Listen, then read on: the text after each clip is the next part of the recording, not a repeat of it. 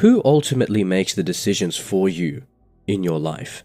Is it fear or is it God? Does God even have a chance to speak in your decisions?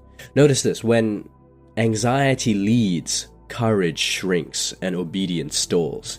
And in Deuteronomy chapter 20, we're going to unpack God's instructions for war, fear, exemptions, and the difference between conquering for glory and acting under God's command. And I'll give you one immediate action to help you face pressure without panic in this episode of Biblical Unlocks. This show is designed to help build your habit of reading the Bible, understanding the Bible, and applying it in your daily life.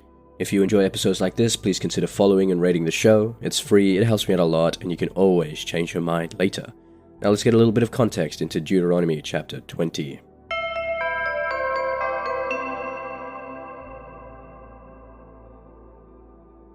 Okay, so Deuteronomy chapter 20 gives Israel laws for warfare. So the people are reminded of one thing, that God fights for them. We're going to see this in Joshua as well, right? There's some very famous verses that God fights for you. But the other idea here is that if there are fearful soldiers, right, they may return home. And there are officers exempt, right? Officers can exempt certain men from battle. And there are siege rules as well that restrict destruction, and cities far away may be offered terms of peace before attack. So the chapter as a whole tries to restrain war, not romanticize it, and it portrays conflict under covenant obedience. So fear, cruelty, and appetite do not rule the people. Okay, so let's read verses 1 to 4. Focus here is God goes with Israel into battle. Okay, so why does Moses begin by speaking comfort before strategy? Let's read. The title of this segment is The Rules of Warfare. Verse 1. When you go out to war against your enemies and see horses and chariots, an army larger than your own, do not fear them, for the Lord your God is with you, who brought you up from the land of Egypt. Before you engage in battle, the priests shall come forward and speak to the troops, and shall say to them, Hear, O Israel, today you are drawing near to do battle against your enemies. Do not lose heart or be afraid or panic or be in dread of them. For it is the Lord your God who goes with you to fight for you against your enemies, to give you victory. Biblical unlock number 1. Notice, God goes with Israel into battle. And Moses starts by telling the people not to fear, because the spiritual battle is not won or lost in the, it's won or lost in the heart before the field, okay? And Moses is reminding Israel that their confidence is not numerical strength or military hardware, but the presence of God who delivers. Courage is not bravado, it is remembering who is actually with you. Cool little thing as well with this, my mum used to tell me this verse all the time, before you do an exam, before you do anything. Verse 4, so Deuteronomy chapter 20, verse 4. For it is the Lord your God who goes with you to fight for you against your enemies, to give you victory. Okay, so this is a very recurring theme in the Bible as well. We saw it in Deuteronomy chapter 1, verse 30. And it's the Lord your God who's going to fight for you. You don't have anything to fear. Okay, but we always want to try and take things in our own hands. We want to say, look, I am the one who did this. I am responsible for everything. And in a certain sense, God wants us to be responsible. But also in another sense, we need to let go. It's like we need to let go so that God can allow us, right? Allow us, give us the strength, give us the wisdom, give us the understanding to understand, right? But at the same time, we use our free will to do that. So we have our own personal agency to accept that God can, that we can ultimately leave our agency to God. It's a little bit of a paradox here. But another thing here as well is that fear weakens the soul when it forgets God's help, right? Faith steadies the heart by remembering who fights for us. Okay, verse 5 to 9 now we're going to read. This is going to be the exemptions for builders and planters, lovers, and the fearful. And the engaging question here is, why does God send certain men home before battle?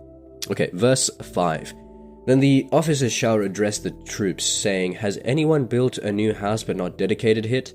He should go back to his house, lest he die in the battle and another dedicate it.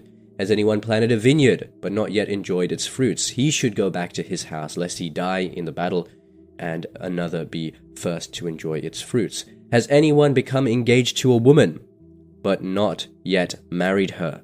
He should go back to his house, lest he die in battle and marry and another marry her. The officers shall continue to address the troops, saying, "Is anyone afraid or disheartened?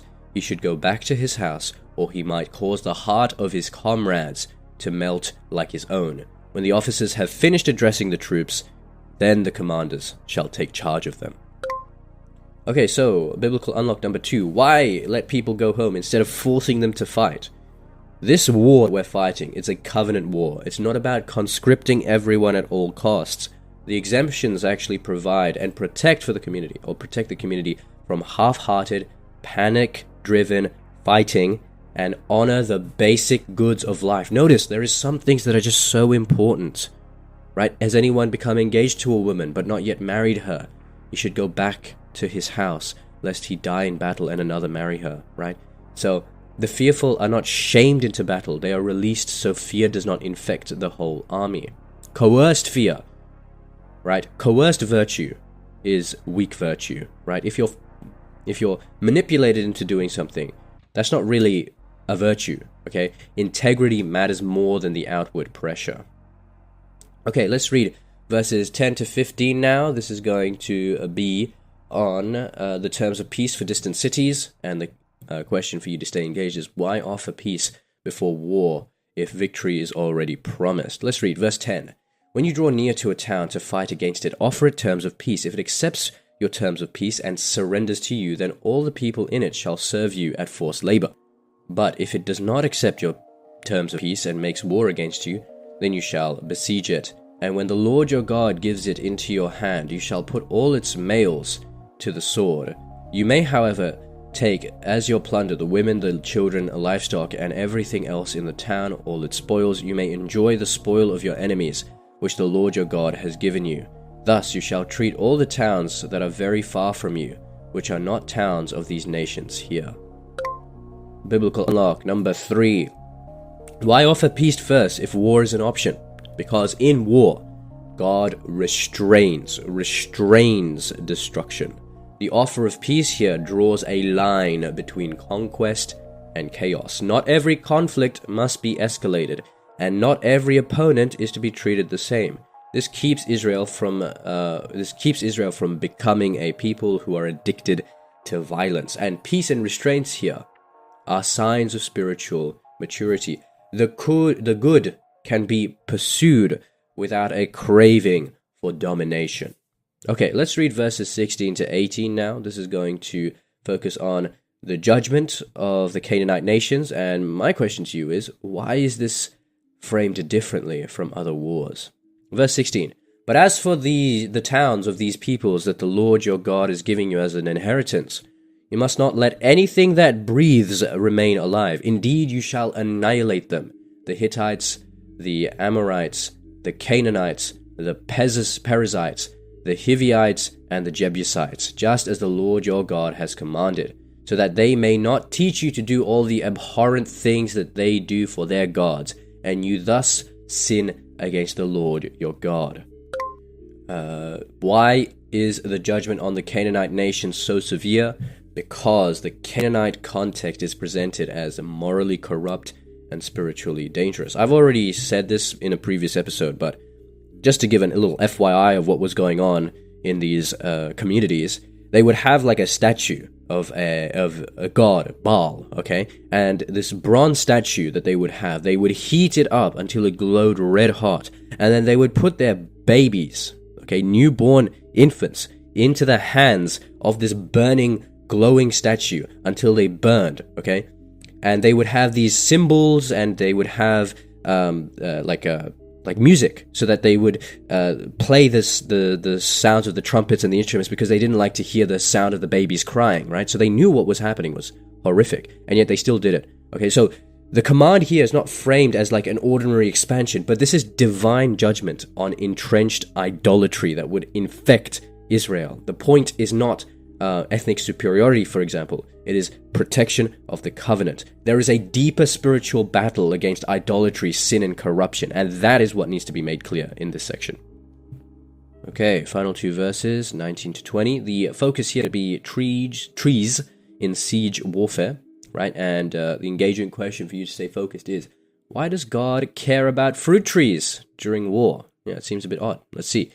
Verse 19, if you besiege a town for a long time, making war against it in order to take it, you must not destroy its trees by wielding an axe against them. Although you may take food from them, you must not cut them down. Are trees in the field human beings that they should come under siege from you? You may destroy only the trees that you know do not produce fruit. You may cut them down for use in building siege works against the town that makes war with you until it falls. Alright, final biblical unlock, number 5. Why does God protect fruit trees during a siege? Because war, and this is a little bit of an analogy, war must not consume the future. What do the fruit trees represent? They represent life beyond the battle. Israel is forbidden to destroy what sustains future generations. Even in judgment, the covenant people must think generationally and refuse like logic which would just say, oh, we got to destroy everything, It's got to have stewardship and reverence for the created goods. Use what sustains life. Do not destroy it without need. Okay, let's see how this chapter fulfills Jesus Christ.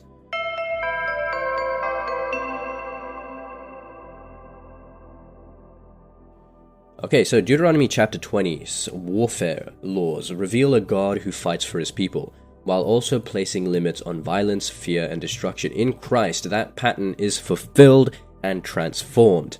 Jesus does not merely lead a battle on earth, but conquers sin, death, and fear through the cross and resurrection. He gives the deepest peace first, and he also calls his people to courage that is not rooted in adrenaline, but in his own presence. The result is a people, the Israelites, who can face conflicts, and even us modern, the new Israel, who can face conflict without becoming cruel and can pursue peace without becoming cowardly. As we read in 2 Timothy chapter 1 verse 7, for God did not give us a spirit of cowardice, but rather a spirit of power and of love and of self-discipline.